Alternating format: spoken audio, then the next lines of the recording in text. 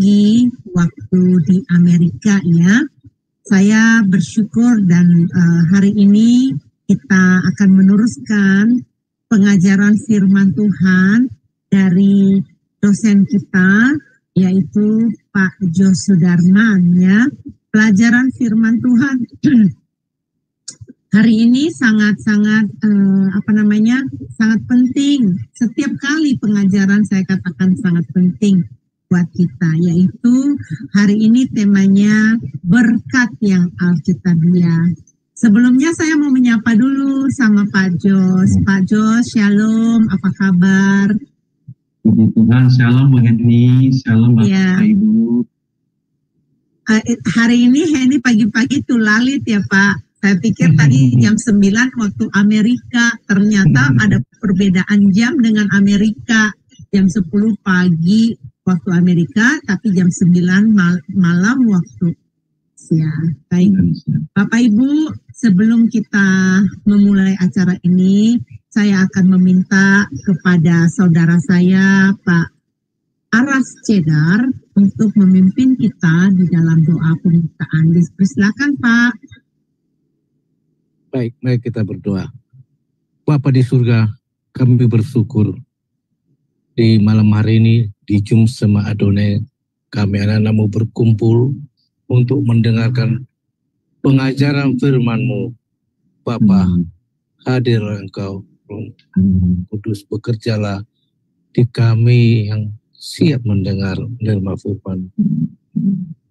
Urapilah hamba-Mu, Pak Jos Sudarman, biarlah setiap tutur kata dan kalimat boleh menjadi rema buat kami. Rahasia mungkin yang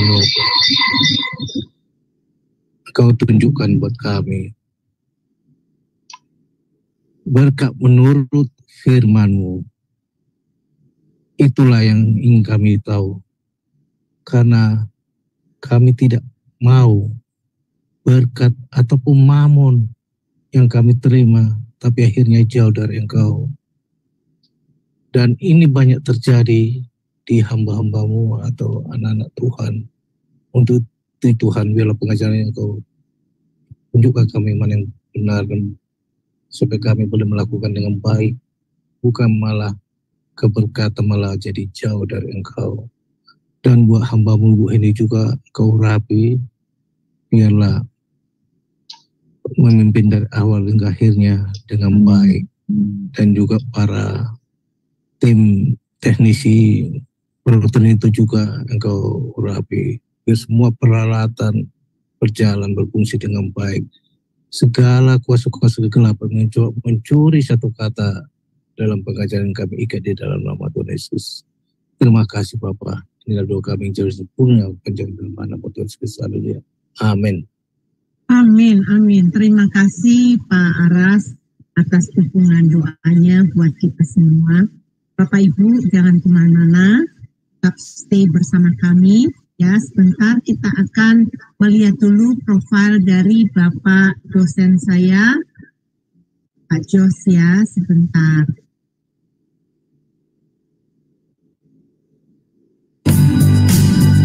Salam semua, kami dari Jumsema Adonai dengan bangga memperkenalkan pembicara kita, yakni Bapak Pendeta Jos Sudarman.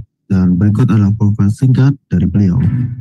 Berlahir dengan nama Jos Sudarman Mawanto. Dilahirkan di kota Palembang pada tahun 1997. Terlahir dalam keluarga Kristen. Tahun 1983, beliau sudah terlibat dalam pelayanan kaum pemuda dan organisasi gereja di GMI, Gereja Metodis Indonesia, Palembang. Beliau menyelesaikan studi sarjana ekonomi di Universitas Tridinanti Palembang, meraih gelar Magister Teologi di STT Bethel Indonesia, STTPI Jakarta, dan menyelesaikan studi program doktoral serta meraih gelar Doktor Teologi di STT Karya Cilik Jakarta.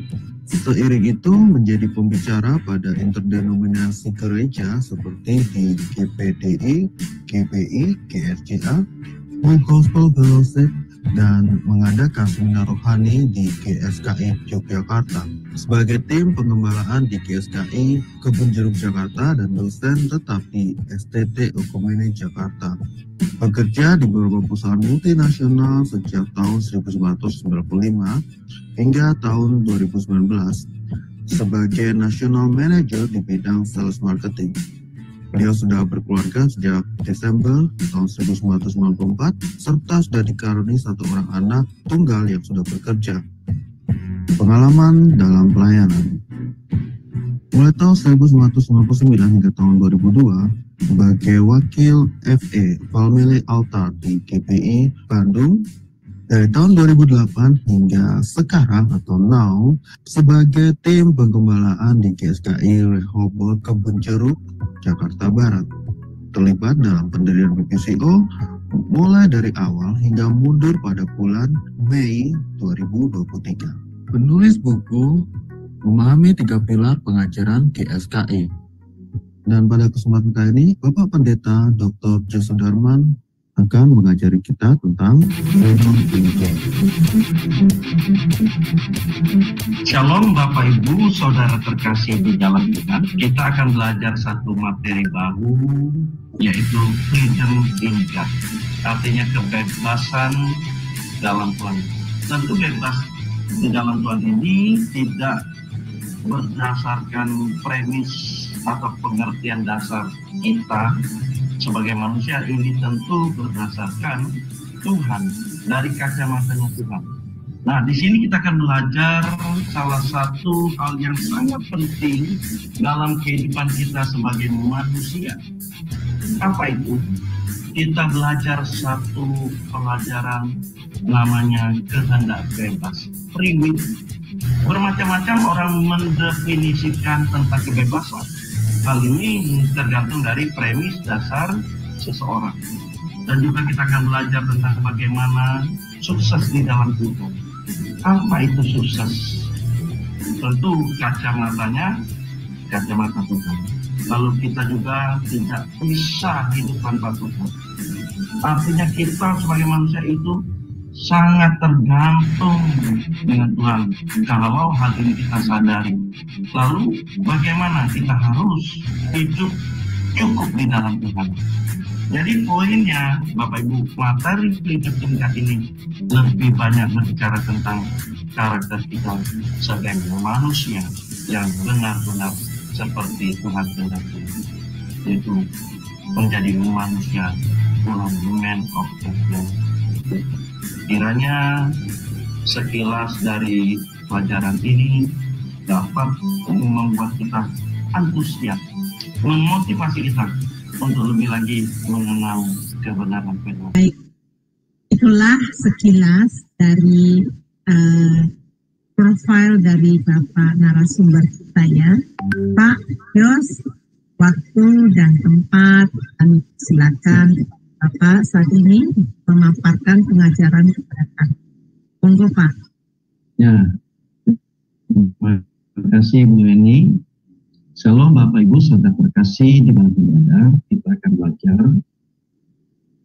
tentang berkat, pengertian berkat. Ya, bisa kita mulai.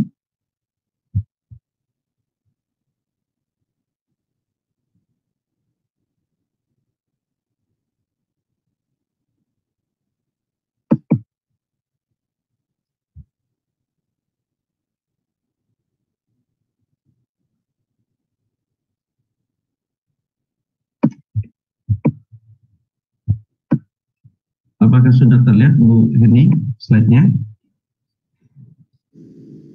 Sudah Pak. Oke.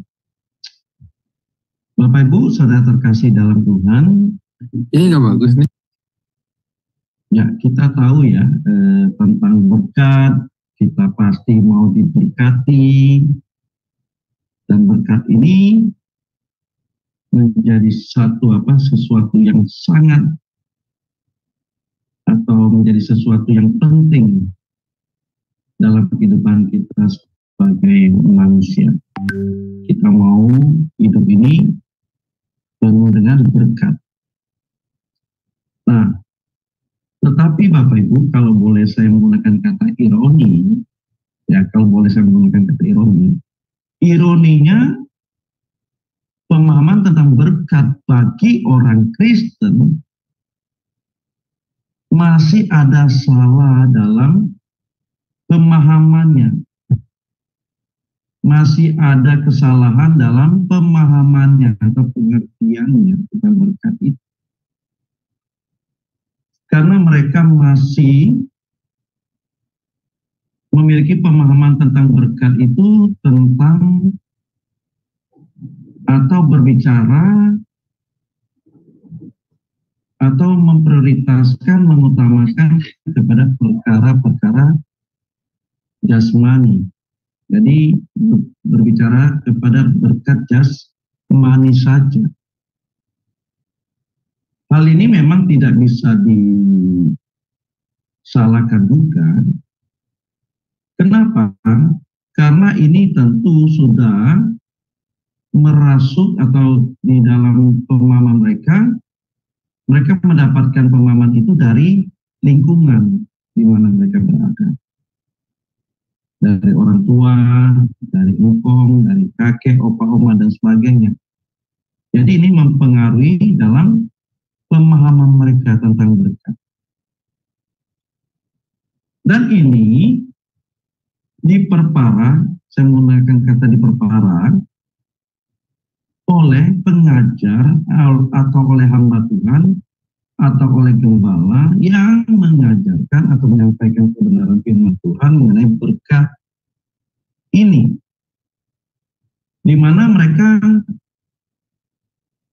lebih mengutamakan berkat jasmani, berkat kelimpahan dalam secara materi.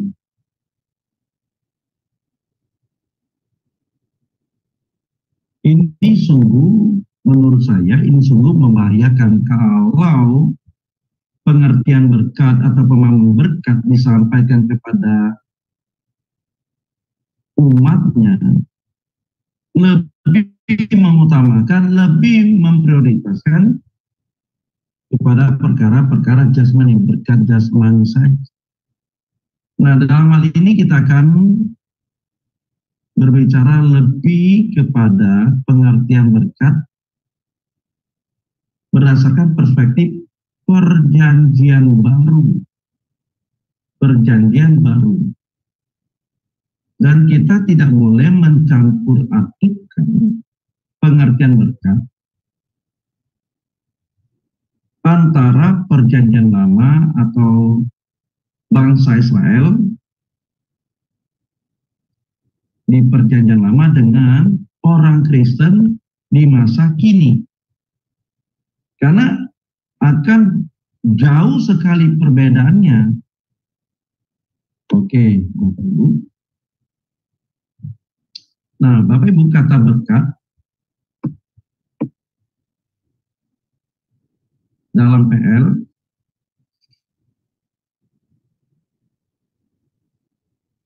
di dalam Ulangan 28 ayat yang kedua, Ulangan 28 ayat yang kedua, kita baca Bapak Ibu. Ada yang mau membacakannya? Ulangan 28 ayat yang kedua. Silakan kalau yang ingin membacakan ulang. Saya akan baca ya kan Pak ya. Segala berkat ini akan datang kepadamu dan menjadi bagianmu jika engkau mendengarkan suara Tuhan Allahmu. Ya, terima kasih Bu Eni. Kata berkat dalam bahasa Ibrani berakah. Berakah, yang berarti berkah, sumber berkah, kemakmuran. Nah, kata berakah ini dari kata kerja barak, yang dapat diartikan untuk memuji, memberi hormat. Nah, kita balik ke ayat tadi, Ulangan 28 ayat yang kedua. Segala berkat ini akan datang kepadamu dan menjadi bagianmu jika engkau mendengarkan suara Tuhan Allahmu. Nah, kata berkat ini berkaitan dengan berkat jasmani, lebih banyak berbicara kepada berkat jasmani. Ini berkat dalam perjanjian lama ya, perjanjian lama yang banyak ditujukan kepada bangsa Israel atau orang Yahudi. Tapi ada syaratnya, jika engkau mendengarkan suara Tuhan Allah. Jadi tetap mengacu kepada jemaat yang mendengar suara Tuhan Allah.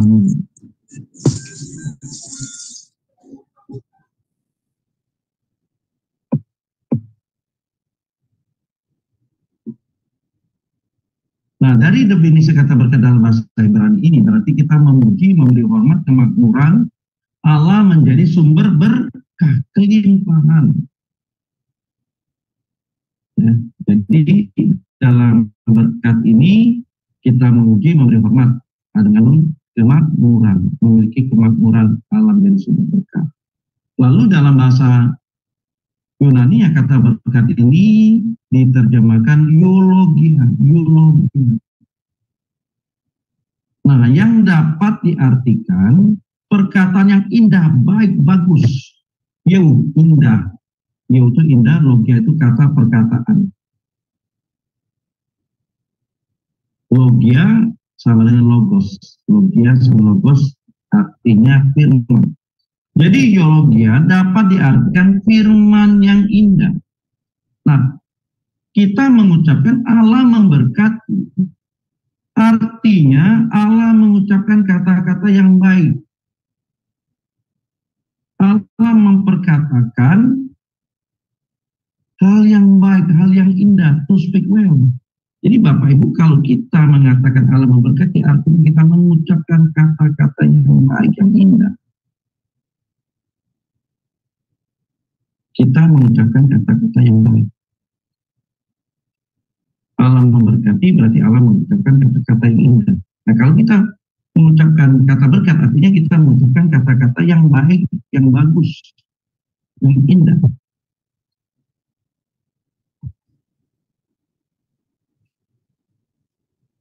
Dari etimologi terkesan kata, eulogia tidak bisa menerjemahkan kata berkat karena berbeda. Nah, jadi sesungguhnya apa yang ditulis di dalam eulogia itu, apa yang diterjemahkan di dalam eulogia itu, sesungguhnya kata-kata yang baik itu adalah Injil. Amin. Jadi berbeda nih. Kalau dalam PL lebih banyak bicara kemakmuran, Allah menjadi sumber berkat, kelimpahan. Tapi kalau di dalam bahasa Yunani, eulogia itu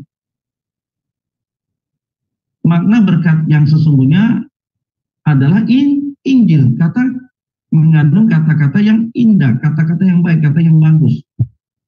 Jadi makna berkat di dalam eulogia itu adalah menunjuk kepada Injil. Ini sudah jelas ya, Bapak Ibu. Dan kita tahu Injil adalah kuasa Allah yang menghidupkan, kuasa Allah yang menyelamatkan, memberi kemakmuran, kelimpahan, dan membebaskan. Jadi tentu dalam hal ini tidak berbicara kepada perkara-perkara jasmani atau orientasi jasmani. Tapi kalau Injil pasti orientasinya rohani.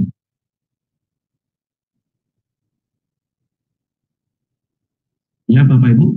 Jadi kalau berbicara kepada Injil, itu pasti orientasinya rohani, tidak ada orientasinya jasmani. Karena Injil adalah kuasa Allah yang menyelamatkan, menghidupkan, menyelamatkan, bukan dalam arti memberi kehidupan untuk berkat jasmani, walaupun kita betul Bapak Ibu tidak bisa kita menafikan kita membutuhkan berkat jasmani. Tapi orientasinya, fokusnya, arahnya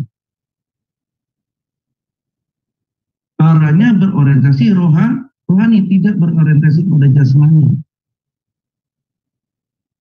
Secara Bapak Ibu sampai sini memahami jelas ya. Kuasa Allah yang menghidupkan itu bukan menghidupkan terhadap perkara-perkara jasmani, tapi lebih kepada orientasinya rohani, menghidupkan rohani, menyelamatkan kerohanian kita. Memberi kemakmuran di sini bukan berbicara kemakmuran jasmani, tapi kemakmuran rohani, kelimpahan rohani, membebaskan kerohanian kita. Jelas ya Bapak Ibu. Oke. Jadi pengertian berkat ini menghindarkan orang-orang Kristen, orang percaya dari orientasi berpikir kepada hal-hal duniawi atau jasmani. Jadi Bapak Ibu, sekarang kita mulai merubah paradigma kita. Kalau kita berbicara berkat, tidak melulu atau tidak difokuskan, tidak diutamakan, tidak diprioritaskan kepada hal-hal duniawi. Bapak Ibu, kalau kita bicara secara sejujurnya, tidak perlu menjadi orang Kristen, tidak perlu menjadi orang percaya untuk hidup diberkati. Amin. Bapak Ibu pasti setuju dengan saya ya. Tidak perlu menjadi orang Kristen, tidak perlu menjadi orang percaya untuk menjadi orang kaya. Orang non-Kristen lebih kaya, Bapak Ibu. Nah, nanti dicek Bapak Ibu.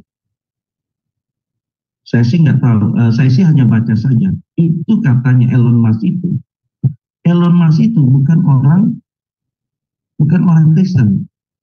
Padahal kalau nggak salah asal usulnya dia beragama Katolik, asal usulnya ya. Nanti dicek saja. Sekarang ini nanti dicek saja Bapak Ibu, benar nggak ya? Apakah benar Elon Musk itu sudah menjadi ateis? Nah, Bapak Ibu yang tinggal di Amerika, di cross-check saja apakah benar Elon Musk itu beragama atau tidak gitu, atau memiliki Tuhan enggak, sehingga dia tidak percaya kepada Tuhan, ateis atau tidak gitu. Nanti dicek saja.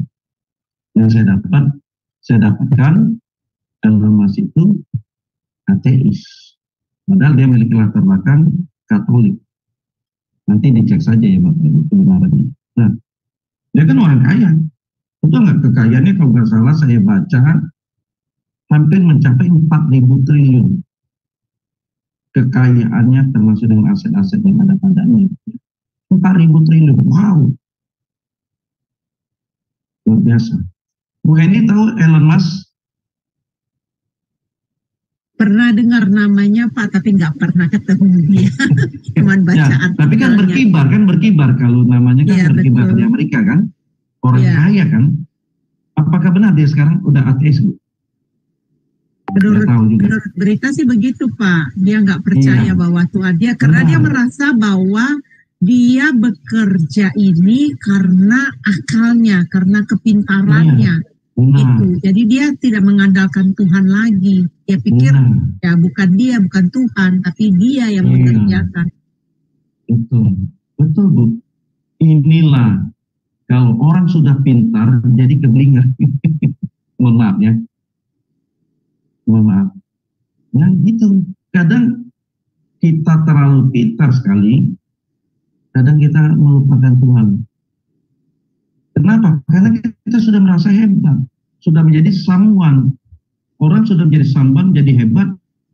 Wah, semuanya karena because of me. Tidak lagi berkata because of God, tapi semuanya saya. Oke, kita lanjut ya. Jadi Bapak Ibu, pengertian berkat ini menghindarkan kita sebagai orang percaya dari orientasi berpikir kepada hal-hal duniawi atau berkat jasmani. Tadi saya sampaikan, tidak perlu menjadi orang Kristen, orang percaya untuk menjadi orang kaya. Tidak perlu. Orang non-Kristen kaya-kaya. Bahkan mungkin lebih kaya gitu ya. Bahkan mungkin ya. Oke. Nah, umat PL memang orientasi berpikirnya masih seputar penggunaan kebutuhan jasmani kepada perkara-perkara jasmani. Dan ini sesuai dengan dalam Ulangan 28 yang dimulai dari berkat jasmani, buah kandungan wanita, ternak, harta, usaha, bisnis, terlepas dari musuh, tanah yang subur, dan lain-lain. Semuanya ini menunjuk pada kemuliaan duniawi. Jadi Bapak Ibu baca di Ulangan 28 itu seperti apa yang saya katakan tadi. Lebih banyak berbicara kepada perkara-perkara jasmani. Jadi menunjuk kepada kemuliaan dunia. Itu BPL, perjanjian lama. Nah kalau kita beda Bapak Ibu. Berkat dalam umat perjanjian baru, fokusnya adalah mengenai Injil. Mengenai Injil. Yaitu kuasa Allah atau kekuatan Allah yang menyelamatkan atau menghidupkan. Nah pertanyaan menghidupkan apa? Bukan menghidupkan supaya kita dari miskin jadi kaya. Kalau demikian sungguh merendahkan Tuhan kita, merendahkan Tuhan Yesus. Kalau untuk kita jadi dari miskin jadi kaya, tidak perlu Tuhan datang ke bumi ini. Tidak perlu Tuhan hadir, lahir dari perawan Maria. Tidak perlu, banyak kekuatan-kekuatan lain, kuasa-kuasa kegelapan memberi kekayaan itu. Lalu menghidupkan apa? Yang benar itu adalah menghidupkan jiwa dan roh manusia. Menghidupkan jiwa dan roh kita ini yang seharusnya binasa kekal. Tapi lewat Tuhan Yesus, lewat berkat rohani yang besar itu kita memperoleh keselamatan. Berkat rohani yang besar itu adalah keselamatan jiwa kita, keselamatan abadi kita. Ini yang luar biasa. Kalau Tuhan Yesus tidak datang ke bumi ini, tidak datang ke dunia ini, kita sudah pasti dibuang, dicampakkan ke api neraka, Bapak Ibu. Tidak ada penghakiman lagi. Tapi lewat kedatangan Tuhan Yesus, kita beroleh kesempatan, kita beroleh keselamatan lagi. Sehingga kita dapat diperkenankan untuk masuk ke langit baru dan bumi baru. Masuk ke surga dan abadi. Kita baca Yohanes 10b. Sebentar ya Pak ya, dari ayatnya. Ini dulu saya salah mengerti ayat ini loh Pak. Saya pikir ini berkat jasmani, berkat nanti kita baca. Oke. Ayat yang 10b-nya, aku datang supaya mereka mempunyai hidup dan mempunyainya dalam segala kelimpahan. Mempunyai hidup. Hidup di situ ditulisnya zoe dalam bahasa yang memiliki kualitas yang tinggi. Hidup berkualitas tinggi, bukan hidup seperti hewan, tapi hidup yang berkualitas tinggi. Nah, nanti kelimpahan itu kita akan bahas sebelum ini ya. Oke. Nah, jadi Bapak Ibu, berkat yang ditawarkan Tuhan Yesus adalah kemerdekaan dari dosa. Ya, kita baca Yohanes 8, Bu. Yohanes 8 ayat 31 sampai 36.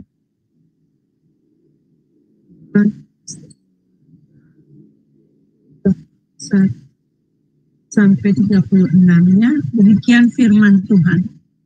Maka katanya kepada orang-orang Yahudi yang percaya kepadanya, jikalau kamu tetap dalam firman-Ku, kamu benar-benar adalah murid-Ku, dan kamu akan mengetahui kebenaran, dan kebenaran itu akan memerdekakan kamu. Jawab mereka, kami adalah keturunan Abraham dan tidak pernah menjadi hamba siapapun. Bagaimana engkau dapat berkata, kamu akan merdeka? Kata Kata Yesus kepada mereka, Aku berkata kepadamu, sesungguhnya setiap orang yang berbuat dosa adalah hamba dosa.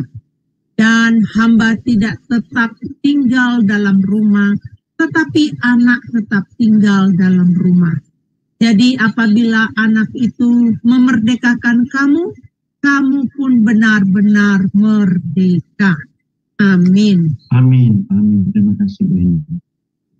Bapak Ibu, dosa itu adalah kemelesetan atau ketidaktepatan di mana kita sebagai manusia telah berada pada keadaan yang tidak Allah kehendaki. Tentu karena kita melanggar perintah Allah. Karena dosa itu kemelesetan, maka kita butuh firman, butuh Injil. Karena kebenaran atau Injil itu memerdekakan kita. Memerdekakan kita dari kemelesetan, dari ketidaktepatan, dari ketidaktahuan kita atau ketidakpatuhan kita dalam mengikuti setiap perintahnya. Jadi ini luar biasa sekali. Berkat yang ditawarkan Tuhan Yesus itu memiliki kualitas yang tinggi, yaitu kemerdekaan dari dosa. Kita dikembalikan kepada rancangan Allah semula. Keselamatan itu adalah upaya Tuhan, usaha Tuhan untuk mengembalikan manusia kepada rancangan Allah yang semula, yaitu apa? Segambar dan serupa dengan Dia. Jadi ini luar biasa Bapak Ibu, berkat bagi kita sebagai umat perjanjian baru. Luar biasa, karena ini menyangkut hidup kekal kita. Perkara jasmani akan selesai saat kita menutup mata. Kebutuhan jasmani kita akan selesai saat kita putus nyawa kita di bumi ini. Tetapi kemerdekaan dari dosa atau keselamatan itu sangat-sangat kita butuhkan, bukan hanya di bumi ini saja, tapi sampai kita masuk ke kerajaannya. Karena keselamatan itu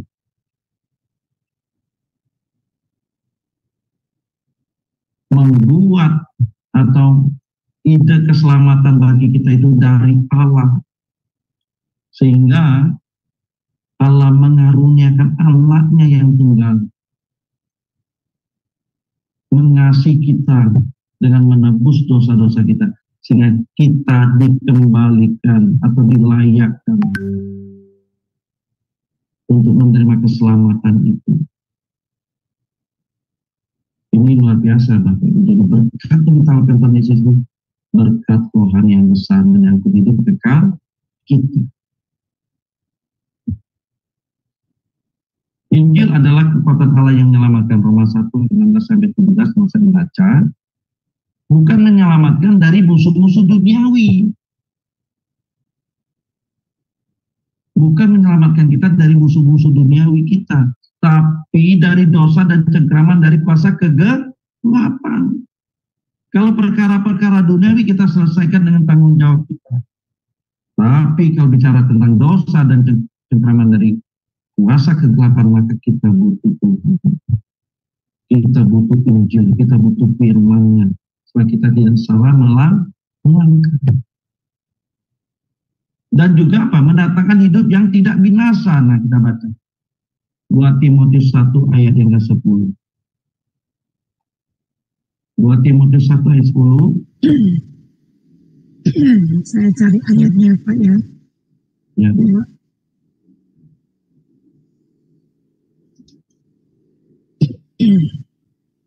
Timotius 1 ayat yang ke-10 berbunyi demikian. Dan yang sekarang dinyatakan oleh kedatangan Juru Selamat kita, Yesus Kristus, yang oleh Injil telah mematahkan kuasa maut dan mendatangkan hidup yang tidak dapat binasa. Luar biasa. Mendatangkan hidup yang tidak binasa, hidup kekal, Bapak Ibu. Hidup selama-lamanya bersama dengan Tuhan Yesus. Tentu kita menghendaki hidup yang seperti itu, betul Bapak Ibu? Kalau tidak, waduh, ada sesuatu yang salah dalam kekristenan kita kalau kita tidak merindukan hidup yang tidak binasa itu. Tentu ada yang salah. Jadi orientasi umat perjanjian baru adalah hidup yang kekal. Orientasi umat perjanjian baru adalah hidup kekal, bukan kepada hidup yang fana ini, dunia yang fana ini. Kekekalan Bapak Ibu. Karena kita ini adalah makhluk kekal. Kenapa kita menjadi makhluk kekal? Karena ada roh Allah. Ada roh Allah dalam diri kita. Sehingga membuat kita makhluk kekal. Ada roh Allah dalam diri kita. Nah, ini roh Allah yang ditempatkan pada diri kita, ini seyogyanya harus kembali kepada Allah. Jangan binasa. Makanya firman Tuhan katakan, roh yang ada pada kita diingini oleh Allah dengan cemburu. Kenapa? Itu miliknya. Itu miliknya. Roh yang ada pada kita ini miliknya Tuhan. Jadi jangan sampai binasa. Roh yang ada pada kita seyogyanya sepatutnya kembali kepada Bapa di surga. Dan Bapak Ibu, berkat dalam PB itu ada pembebasan pasif dan pembebasan aktif. Kalau pembebasan pasif itu adalah Tuhan Yesus sudah memutuskan pemilikan iblis atas kita. Karena Tuhan Yesus sudah menebus kita, menebus dosa kita. Dengan kematiannya di kayu salib. Nah, itu pembebasan pasif. Jadi ini upaya Tuhan, usaha Allah dalam menebus dosa-dosa kita. Nah, lalu pembebasan aktif adalah kita yang berjuang untuk hidup kudus dan berkenan pada Allah. Sekarang pihak kita, Bapak Ibu. Jadi berkat itu bukan lagi berbicara kepada berkat jasmani, tapi bagaimana dalam hidup kita ini sebagai umat perjanjian baru. Kita sudah mengenal Tuhan, belajar kebenarannya, Roh Kudus menolong kita, maka kita harus berjuang untuk hidup kudus dan berkenan kepada Allah. Maka kita tidak boleh berhenti belajar Injil, belajar firman Tuhan, belajar, baca, renungkan. Kalau kita tidak mengerti, pasti Roh Kudus menolong kita membuka selubung yang ada dalam pikiran kita sehingga kita mengerti kebenaran. Kebenarannya itu akan membebaskan kita. Jadi Bapak Ibu, pembebasan secara pasif Tuhan Yesus lakukan. Sekarang kita pembebasan aktif, karena kita sudah mengenal kebenaran. Kita harus berjuang untuk hidup kudus dan berkenan kepada Allah. Inilah sesungguhnya perjuangan kita, Bapak Ibu. Untuk menjadi manusia Allah, manusia baru, makhluk ciptaan baru di dalam menjadi ciptaan baru.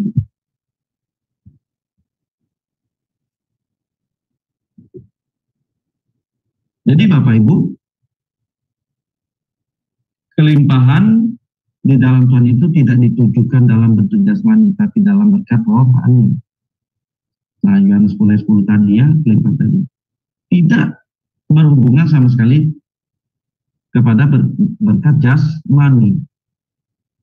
Tapi lebih atau berbicara dalam berkat rohani. Lebih banyak bicara dalam berkat rohani. Jadi kelimpahan yang benar itu adalah berhubungan dengan karakter dan gaya hidup kita, Bapak Ibu. Ya, kelimpahan yang benar itu adalah berhubungan dengan karakter dan gaya hidup kita. Artinya apa? Semakin kita mengenakan karakter Tuhan Yesus, pribadi Tuhan Yesus, artinya kehidupan kita semakin berlimpah, katakan. Jadi berlimpah itu bukan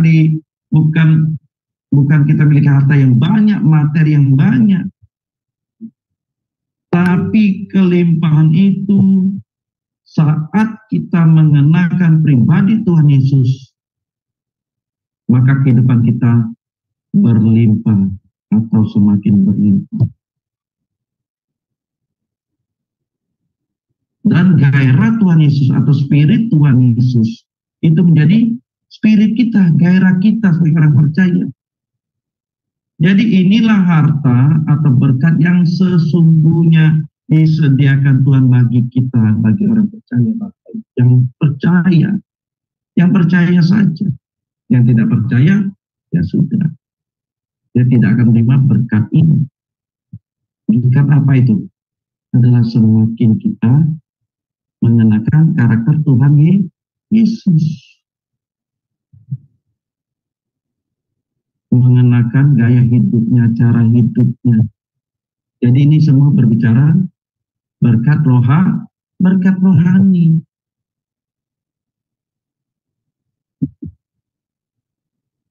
Jadi kalau kelimpahan diartikan sebagai memiliki banyak secara duniawi, itu adalah kesalahan yang fatal, Bapak Ibu. Dan ini miris sekali, Bapak Ibu, banyak diajarkan oleh gereja-gereja yang mengartikan kelimpahan itu secara banyak,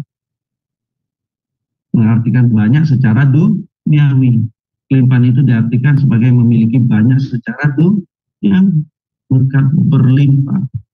Ingat Bapak Ibu, bukan kita anti berkat jasmani, tidak.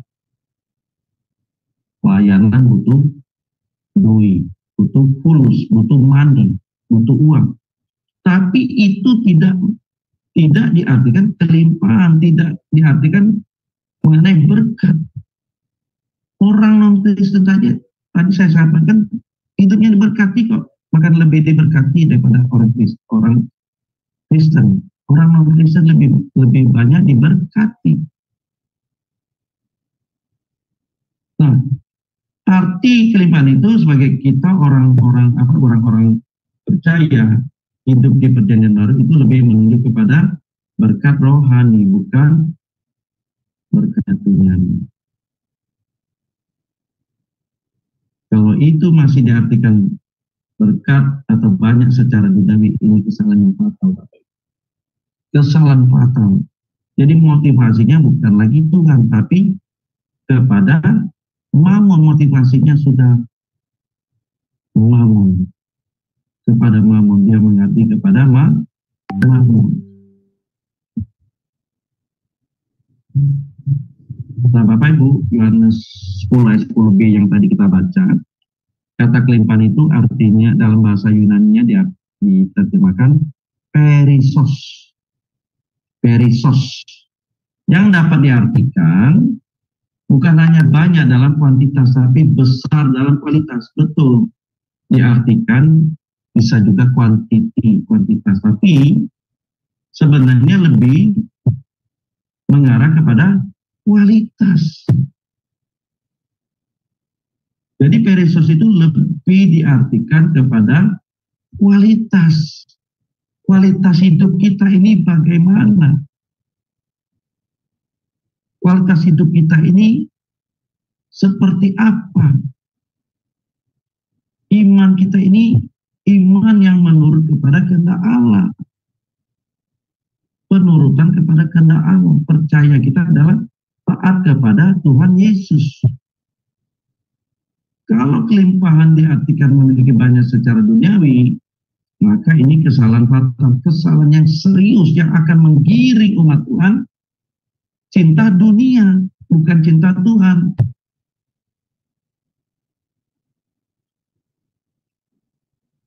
Cinta dunia bukan cinta Tuhan. Kalau ini salah kita tafsirkan, salah kita menyampaikan, hal ini pada jemaat. Jadi kelimpahan adalah tadi cara hidup, karakter, gaya hidup baru. Nah, gaya hidup Tuhan Yesus yang diimpartasikan, dilimpahkan kepada orang percaya supaya hidupnya berkualitas tinggi. Nah, ini Bapak Ibu. Jadi kita benar-benar memiliki gaya Tuhan Yesus, cara hidup Tuhan Yesus, karakternya Tuhan Yesus, sehingga kita memiliki hidup yang berkualitas tinggi. Kualitas seperti Tuhan Yesus. Hidup kita mengikuti atau hidup kita seluruh kehendak Tuhan Yesus. Hidup kita seperti Tuhan Yesus itu. Kalau kita percaya kepada Tuhan Yesus, maka kita wajib hidup sama seperti Tuhan Yesus hidup. Hidup itu hidup yang berkualitas tinggi. Jadi Bapak Ibu, kalau kita secara materi tidak berlimpah, atau dengan kata lain kita belum diberkati, tidak perlu kita minder. Tidak perlu kita membuat kita minder. Aduh, aku gak kaya nih. Kok saudaraku saudara seiman, waduh kok kaya, benar ya. Saya misalnya masih naik motor, aduh minder. Enggak, Bapak, itu salah. Salah kita mengartikan kekristenan kalau diukur dengan materi, salah. Tetapi ukuran kita kekristenan kita itu saat kita mengenakan pribadi Tuhan Yesus, saat kita mengenakan karakternya Tuhan Yesus, saat kita hidup di dalam kehendaknya serupa dengan Tuhan Yesus. Kalau kita melakukan itu, artinya kita memiliki kelimpahan dalam arti hidup yang berkualitas tinggi, hidup yang diinginkan oleh Tuhan, supaya kita melakukan kehendaknya. Jadi Bapak Ibu, ada yang begini saya mendengar gitu ya, dalam gereja gitu, kalau kita tidak diberkati secara materi, ada yang salah dari kita, katanya gitu. Kamu sih ada yang salah, ada dosa kamu sehingga kamu tidak diberkati oleh Tuhan secara jasmani. Nah, ini omongan-omongan ini yang salah.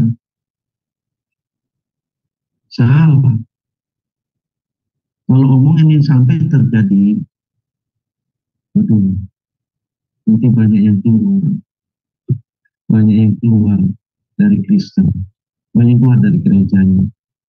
Padahal ukuran kekristenan kita tidak diukur dari banyaknya materi, tapi ukuran kekristenan kita adalah apakah kita sudah mengenakan gaya hidup Tuhan Yesus. Itu yang kita pertanyakan. Ini berbicara kepada berkat rohani, berkat kekekalan.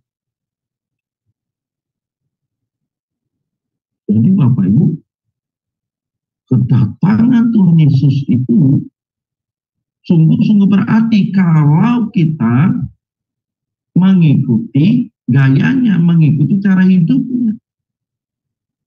Jadi tidak sia-sia Tuhan Yesus mati kayu salib. Kalau bicara kepada jasmani, kita merendahkan Tuhan Yesus, Bapak. Merendahkan maksud dan tujuan Tuhan Yesus datang ke bumi ini, merendahkan. Justru hal ini miris sekali. Merendahkan kedatangan Tuhan Yesus. Kalau kedatangan Tuhan Yesus itu berbicara kepada perkata jasmani. Kelimpahan itu kalau diartikan secara materi, banyaknya secara materi, banyaknya secara duniawi. Salah. Tapi kekristenan itu adalah saat kita mengenal pribadinya Tuhan Yesus.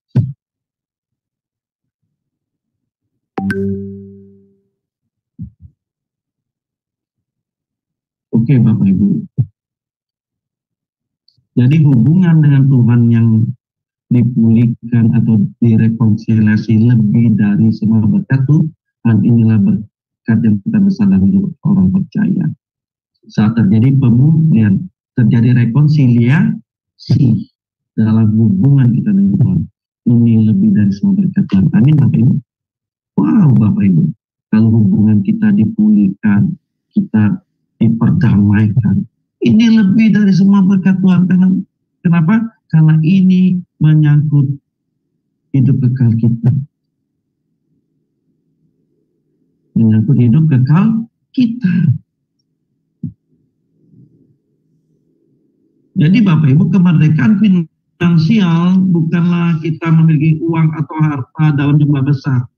Tetapi saat kita memiliki pemulihan hubungan dengan Tuhan. Amin. Saat kita memiliki pemulihan hubungan dengan Tuhan dan proses yang terus berlangsung untuk menjadi manusia sesuai rancangan Allah semula. Hal ini menjadi perhatian khusus bagi kita Bapak Ibu umat perjanjian baru. Berkat yang besar itu adalah saat kita dipulihkan, terjadi pemulihan hubungan kita dengan Tuhan. Kita mau hidup benar, hidup kudus, hidup berkenan kepada Tuhan. Dan proses ini terus berlangsung selama kita masih hidup. Dan kita menjadi manusia sesuai rancangan Allah semula. Man of God, manusia Allah. Menjadi manusia ciptaan baru. Bapak Ibu. Luar biasa Bapak Ibu. Dan luar biasa sekali. Jadi Bapak Ibu, berkat yang besar, berkat yang alkitabiah itu adalah saat terjadi pemulihan dan kita terus menjadi manusianya Allah. Kita mengenakan pribadi Tuhan Yesus. Injil kebenaran itu kita hidupi dalam hidup kita, sehingga membebaskan kita, memerdekakan kita dari dosa. Ingat, kematian Tuhan Yesus bukan untuk kita kaya secara materi, tetapi kematian Tuhan Yesus berdampak kepada pemulihan hubungan kita dengan Tuhan. Dan ini terus kita kerjakan. Ingat tadi, pembebasan aktif. Kita menjadi hidup yang kudus, menjadi hidup kudus, berjuang untuk hidup kudus, berjuang menjadi untuk hidup yang berkenan pada Allah, menghormati Allah, sehingga kita masuk dalam proses keselamatan untuk menjadi manusia Allah.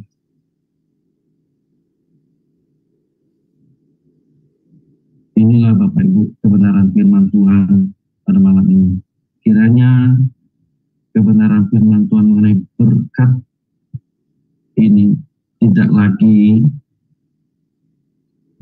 kita berbicara kepada berkat jasmani, harus membongkar bangunan teologi kita, sistematika teologi kita harus bongkar. Kalau berkat kita tunjukkan dengan banyaknya materi, itu harus kita bongkar.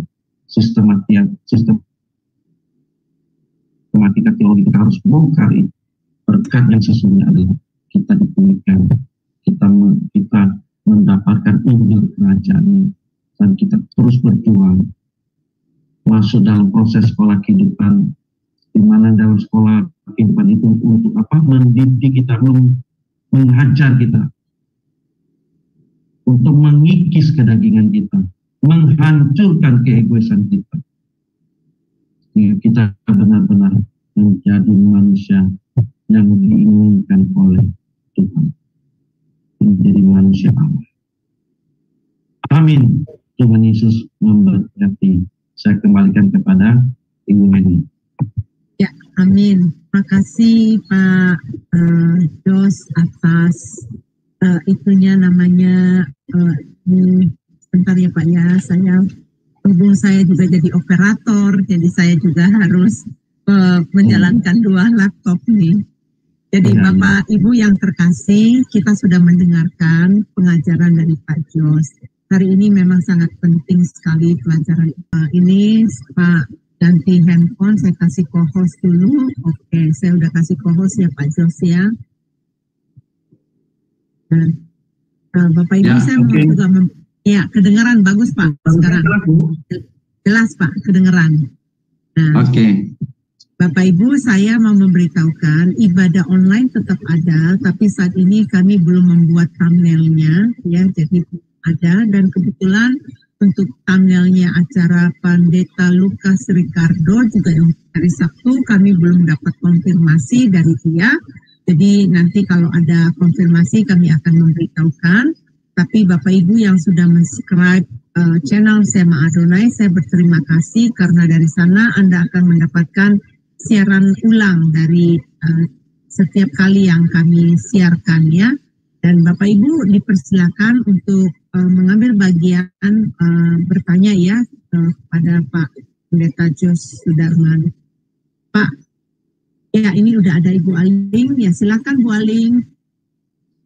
Sister Aling. Belum dibuka. Ya baik. Shalom, selamat malam Pak Jos dan Ibu Heni. Shalom, iya, Bu Aling. Shalom.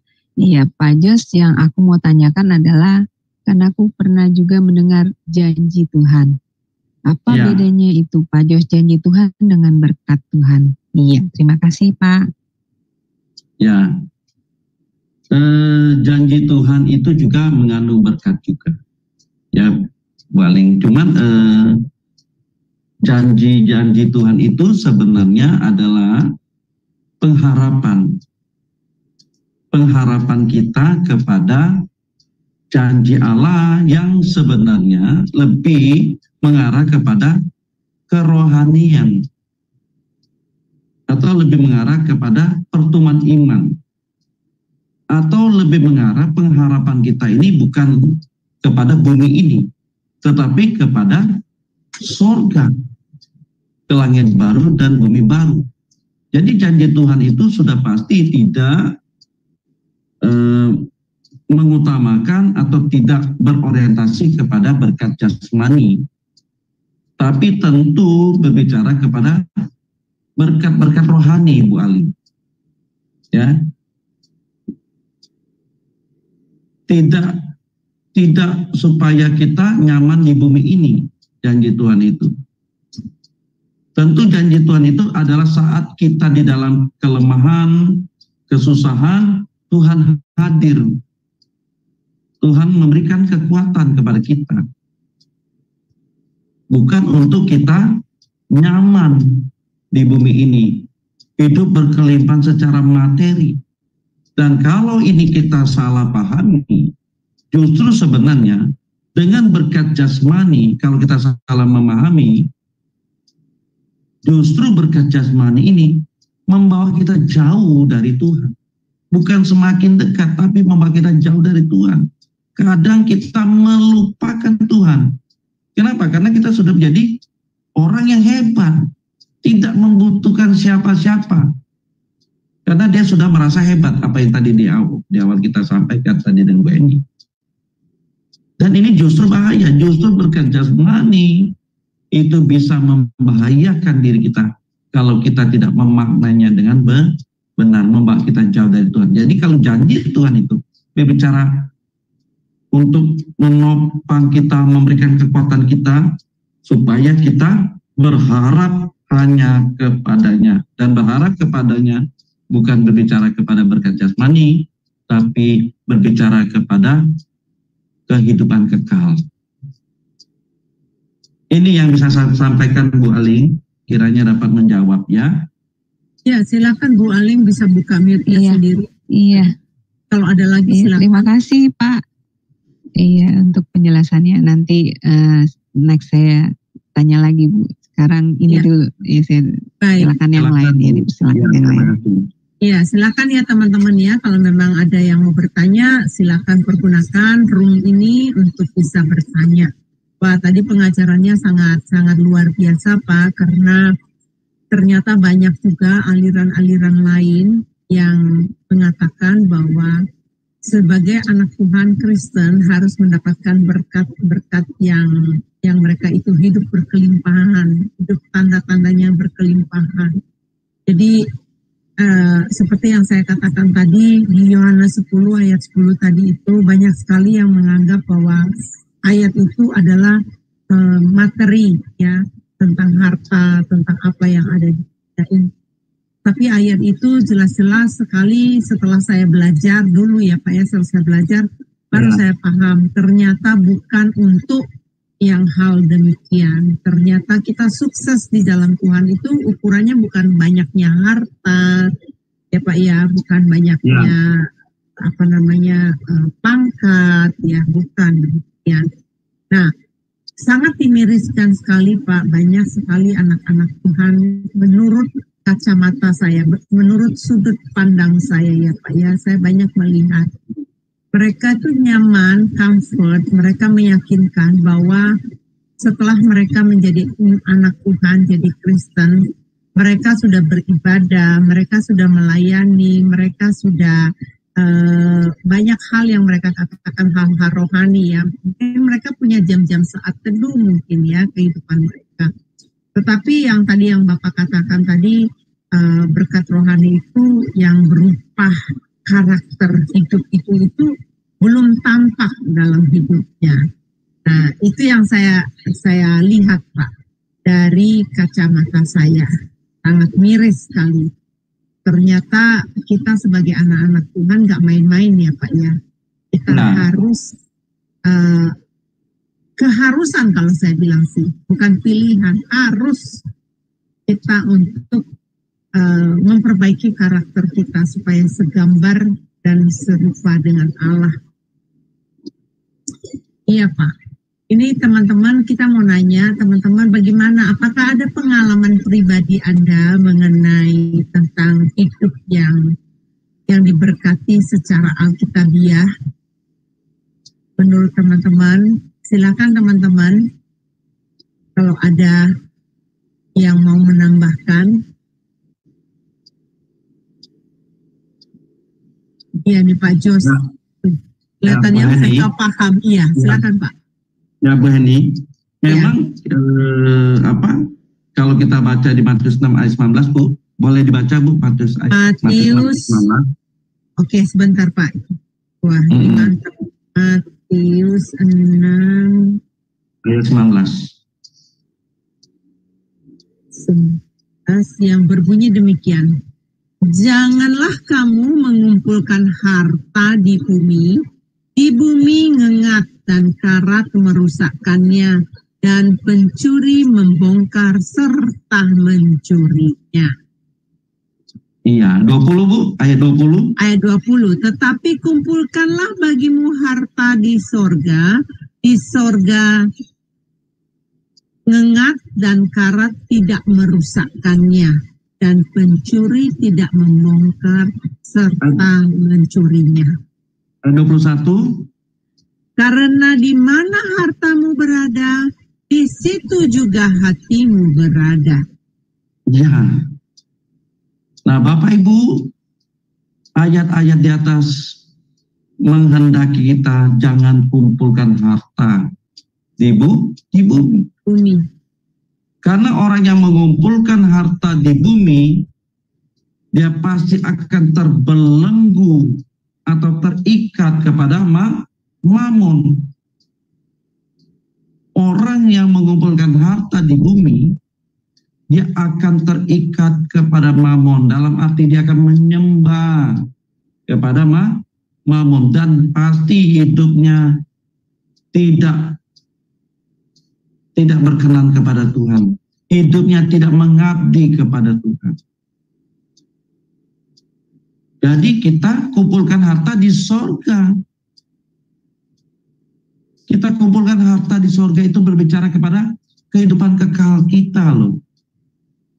Jadi tidak lagi kita memikirkan perkara-perkara yang di bumi, tapi kita memikirkan perkara-perkara yang di atas, perkara-perkara rohani, perkara-perkara kekekalan. Lalu jangan kita salah tadi kita berkata, oh jadi kan tidak butuh uang. Tidak butuh harta, ya kita butuh. Kita perlu uang, kita perlu materi. Tapi itu tidak jadi utama kita, tidak menjadi fokus kita. Hati kita tidak terikat kepada mamon, tapi hati kita terikat kepada Kristus. Sehingga dikatakan ayat 21, di mana hartamu berada, di situ hatimu. Sekarang harta kita ada di mana? Kalau harta kita di bumi, ya udah hati kita terikat kepada mamon. Tapi kalau harta kita di surga, maka hati kita, hidup kita terikat kepada Kristus. Jadi Bapak Ibu berjuang terus. Kita berjuang Bapak Ibu. Nggak gampang, betul. Nggak gampang. Tapi inilah yang kita harus lakukan supaya kita memiliki berkat sorgawi itu. Memiliki berkat sorgawi itu. Memiliki kehidupan kekal. Di mana ini selama-lamanya Bapak Ibu. Jangan tukarkan harta fana dengan harta sorgawi. Atau dengan kata lain, kalau di zamannya PL, jangan tukarkan hak kesulunganmu dengan semangkok kacang merah. Iya. Kalau di Manado itu Brenebon itu. Subrenemon. Iya, Brenebon ya. Iya. Ibu Heni ini pintar masak, berarti pernah masak Brenebon pasti ya? Iya, tapi yang sapi Pak. Paknya yang sapi. Nah, jangan B2 ya? Iya, enggak. B2. Iya. Nah itulah. Jangan kita menukarkan sesuatu yang fana. Jangan kita menukarkan sesuatu yang kekal dengan yang fana gitu. Waduh, kita orang bodoh sekali itu. Kita orang bodoh sekali. Tapi kita percaya dengan kita belajar di SMA Adonai, Bapak Ibu rutin belajar kebenaran, dan kebenaran itu akan memerdekakan kita. Sehingga kita benar-benar merdeka. Bulan depan, Agustus, kita merayakan kemerdekaan di Indonesia. Ya, jadi benar-benar kita merdeka. Amin, Bu. Iya, Bapak bilang merdeka, tapi banyak loh Pak yang dengar doang amin, tapi tidak menerapkannya itu dalam kehidupan mereka. Betul, kembali lagi. Yang harus dilakukan, nggak bisa didengarin, dilakukan. Memang berat sekali ya Pak, di dalam firman Tuhan, di dalam kita untuk menghidupkan buah, di dalam kehidupan kita itu penguasaan diri. Kita bagaimana mengendalikan diri kita, itu memang sulit sekali di dalam kehidupan itu. Itu kan yang harus itu kan tuntutan Tuhan Pak ya, yang harus harus kita berbuah di dalam hal itu, benar nggak Pak? Benar.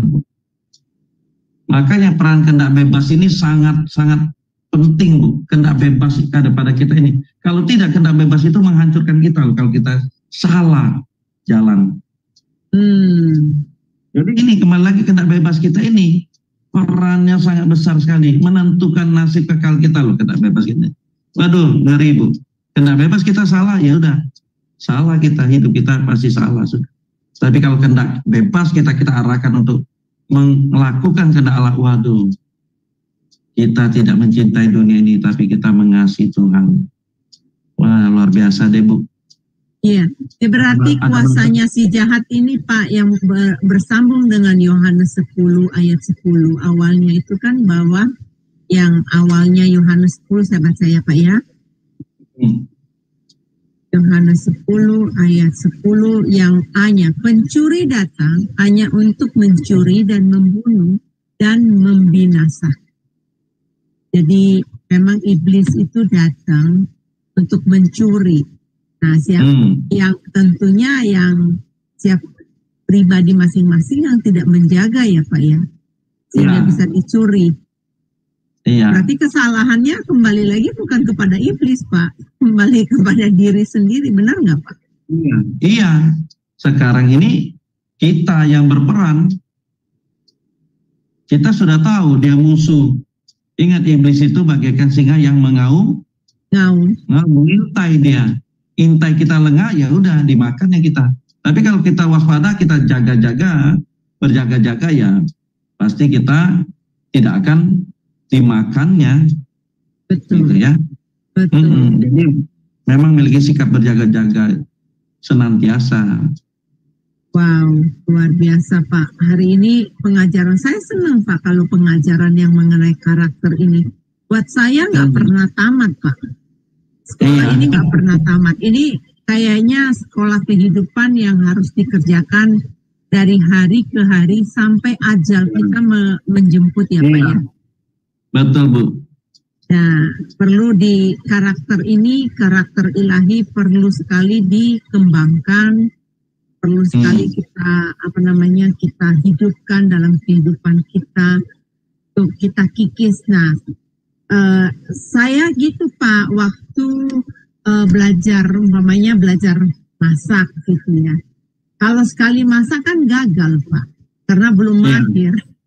2 kali, 3 kali, 4 kali. Sekarang Pak nggak pernah buka-buka buku resep saya Pak. Saya masak udah langsung aja gitu, kayak autodidak. Otomatis. Iya betul. Jadi udah ini. Tetapi di dalam karakter ilahi, terus terang Pak, ayatnya kan tahu tuh Pak ya. Udah hafal dulu, pernah hafal. Tak tahu. Itu kita manusia itu ternyata ada limitnya Pak. Kadang-kadang kita bisa lupa. Nah, tapi kalau kita bersatu, kita tertanam di dalam Dia. Makanya saya suka datang sekarang Pak, yang di dalam namanya ada di Indonesia itu, saya menemukan beberapa bulan yang lalu ya, udah lama juga. Itu ada namanya morning prayer in the morning. Jadi ya VMP ya, Victoria Morning Prayer. Di sana itu Pak, mereka memberikan satu pelajaran-pelajaran semua tentang karakter, bagaimana kita harus berubah ya. Karena kan sekarang Pak, banyak sekali orang di mana-mana tuh ada yang model paradoks orangnya, ada yang toxic modelnya ya. Ya itu di lingkungan kita kemana-mana itu pasti ada yang seperti demikian. Nah, kita diwanti-wanti supaya kita jangan juga terlibat dalam modus. Nah, banyak tuh modus-modus tuh. Nah, diambil dari tokoh-tokoh Alkitab kita, siapa yang pernah dulu melakukan kesalahan, siapa yang pernah buat onar. Nah, kita sekarang diperbaiki, kita harus bagaimana. Nah, banyak sekali saya lihat ya, anak-anak Tuhan itu mereka suka hangout-nya Pak, kumpul-kumpulnya. Bukan hal-hal itu mungkin membosankan buat mereka Pak. Padahal ini penting. Seperti pengajaran ini penting sekali kan. Ini yang menentukan kehidupan mereka ya Pak ya. Iya betul. Sangat betul sekali. Kalau tidak, ini membuat kita terlena Bu. Nyaman-nyaman saja. Seolah-olah kita ini sudah arahnya benar gitu. Padahal menyimpang, melesetnya jauh sekali. Ini sungguh miris nih kalau kita tidak sadar, tidak berjaga-jaga ya, tidak bertobat gitu. Betul sekali Bu Eni. Iya Pak. Iya Pak. Ini karena udah malam, Bapak juga mesti istirahat ya.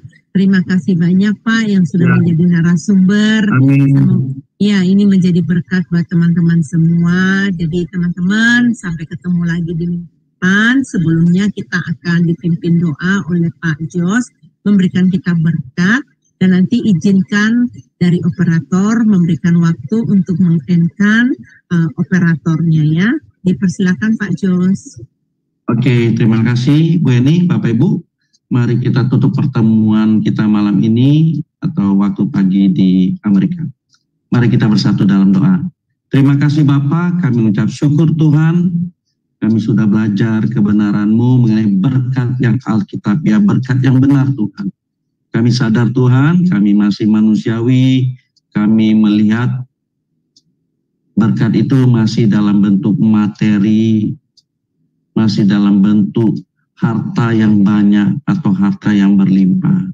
Tetapi melalui kebenaran-Mu ini Tuhan mengajarkan kami, bukan itu, bukan berkat secara materi, bukan berkat secara jasmani yang Engkau inginkan dalam hidup kami, tapi berkat secara rohani, yaitu bagaimana kami menghidupi kebenaran-Mu, menghidupi Injil-Mu, menghidupi pribadi-Mu, karaktermu, gaya hidupmu, cara hidup Tuhan Yesus, yang itu kami peragakan dalam kehidupan kami, sehingga ini benar-benar menjadi berkat rohani yang besar, yaitu menyangkut hidup kekal kami. Terima kasih Bapa, kalaupun kami memiliki harta Tuhan, tapi itu tidak akan mengikat kami, tidak akan membuat kami cinta uang atau cinta secara duniawi, tapi justru itu kan membuat kami Tuhan, bagaimana kami menjadi berkat di dalam pelayanan, bagaimana kami menjadi berkat bagi banyak orang, sehingga lewat kehidupan kami nama Allah dipermuliakan, nama Tuhan disenangkan, dipuji dan disembah. Terima kasih Bapa, biarlah orientasi berpikir kami tidak lagi kepada perkara-perkara duniawi, tapi orientasi berpikir kami mengarahkan hidup kami kepadamu Tuhan Yesus. Terima kasih Bapa, terima kasih Tuhan Yesus, biarlah firman-Mu, kebenaran-Mu malam ini menjadi rema Roh Kudus, menerjemahkan, memberikan pencerahan yang begitu lebih lagi dalam kehidupan kami, sehingga benar-benar kami hidupi berkat ini, yaitu berkat rohani. Terima kasih Bapak, Engkau berkati channel Sema Adonai yang sudah menjadi berkat bagi banyak orang, bagi negara-negara Tuhan, sehingga lewat channel ini nama Allah disanjung, ditinggikan, nama Allah dipermuliakan, semakin mereka mendengar dan terlebih melakukan kebenaran firman-Mu. Berkati Ibu Eni, berkati para pengurus-pengurus yang mungkin hamba-Mu tidak sebut satu persatu. Berkati semua Tuhan, sehingga apapun yang mereka kerjakan, Tuhan berkati secara luar biasa, khususnya kerohanian mereka. Dan kami juga Tuhan yang mengikuti juga, kami tetap diberkati. Kami semakin mengasihi Tuhan, mencintai Tuhan lebih dari segala-galanya dalam hidup kami. Terima kasih Bapa, terima kasih Tuhan Yesus. Kami akan berpisah, melanjutkan aktivitas kami. Sebelum kami berpisah, mari Tuhan turunkan berkat-Mu kepada kami. Mari kekasih-kasih Tuhan, saleh-saleh Tuhan, angkatlah kedua belah tangan-Mu, kita terima berkat daripada Tuhan. Segala berkat daripada Allah Bapa di sorga, dan kita kasih dari Tuhan Yesus Kristus Gembala Agung kita, dalam persekutuan Roh Kudus, menyertai, membimbing, memelihara hidup kita sampai selama-lamanya. Di dalam nama Tuhan Yesus Kristus kita sambut berkat ini dan kita ucapkan amin. Tuhan Amin, Yesus amin, memberkati. amin. Iya, terima kasih Pak Jos, terima kasih Tuhan Yesus memberkati. Sama-sama. Ya, sebentar Terima saya kasih. akan endkan dulu acaranya, dan saya mau berterima kasih kepada semua Bapak Ibu yang ada di Zoom maupun yang ada di live streaming. Sampai ketemu di acara besok pagi waktu Indonesia, kita ada saat teduh, dan juga untuk acara-acara berikutnya ya. Tuhan Yesus memberkati.